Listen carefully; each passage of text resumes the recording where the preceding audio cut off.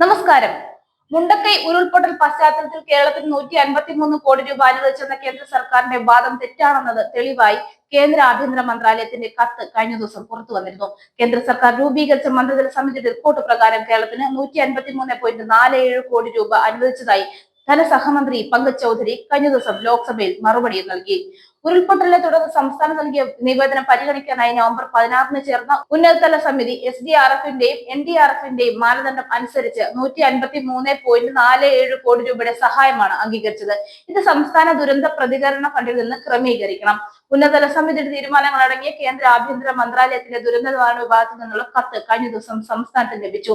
153.47 കോടി രൂപ അംഗീകരിച്ചെങ്കിലും ദേശീയ ദുരന്ത പ്രതികരണ ഫണ്ടിൽ നിന്ന് അനുവദിക്കുന്ന തുക 0 എന്ന കത്തിൽ രേഖപ്പെടുത്തിയിട്ടുണ്ട്. രക്ഷാപ്രവർത്തനത്തിനായി വ്യോമസേനയുടെ ഹെലികോപ്റ്റർ ഉപയോഗിച്ചതിന്റെയും ഉരുൾപൊട്ടൽ ബാധിത മേഖലയിലെ ചെളി മാറ്റുന്നതിനുള്ള ചെലവ് പുറമെയാണ് ഈ തുക സംസ്ഥാനം വഹിക്കണം. പിന്നീട് NDRF-ൽ നിന്ന് അനുവദിക്കും. SDRF-ൽ ഉണ്ടെന്ന് കേന്ദ്രം പറയുന്ന സംഖ്യ വിവിധ പ്രവർത്തികളുടെ ചെലവിനത്തിൽ സർക്കാർ വകുപ്പുകൾ മുഖാന്തരം നൽകാനുള്ളതാണ്. അതിനാൽ ഹെലികോപ്റ്റർ ഉപയോഗത്തിന് ഉൾപ്പെടെയുള്ള ബില്ലിലെ തുക അടയ്ക്കണമെങ്കിൽ SDRF-ൽ ഫണ്ട് ഉണ്ടാകില്ല.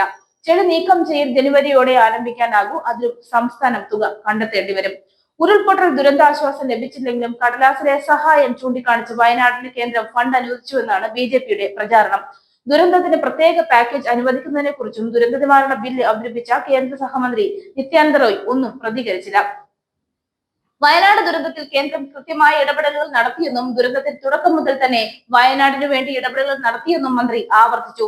ഈ ദുരന്തത്തെ ദേശീയ ദുരന്തമായി പ്രഖ്യാപിക്കാൻ കഴിയില്ലെന്ന് പറഞ്ഞ കേന്ദ്രം ദേശീയ ദുരന്തമായി പ്രഖ്യാപിക്കുന്നതിനെ കുറിച്ചുള്ള തീരുമാനമെടുത്തത് UPA സർക്കാരിന്റെ കാലത്താണെന്നും NDA സർക്കാരിന് പ്രത്യേകിച്ച് ഒന്നും ചെയ്യാനില്ലെന്നും പറഞ്ഞു.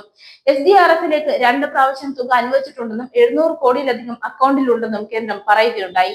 കേന്ദ്ര സംഘം വയനാട് സന്ദർശിച്ചതിനു ശേഷം സമർപ്പിച്ച റിപ്പോർട്ട് പ്രകാരമുള്ള വിലയിരുത്തലുകൾ നടത്തുന്നുണ്ടെന്നുമാണ് കേന്ദ്രത്തിന്റെ വാദം. വയനാട് മുണ്ടക്കൈ ചൂരൽമല ദുരന്തം അതിതീവ്ര ദുരന്തമായി പ്രഖ്യാപിക്കാനും കേന്ദ്രം ഇപ്പോൾ തയ്യാറല്ല.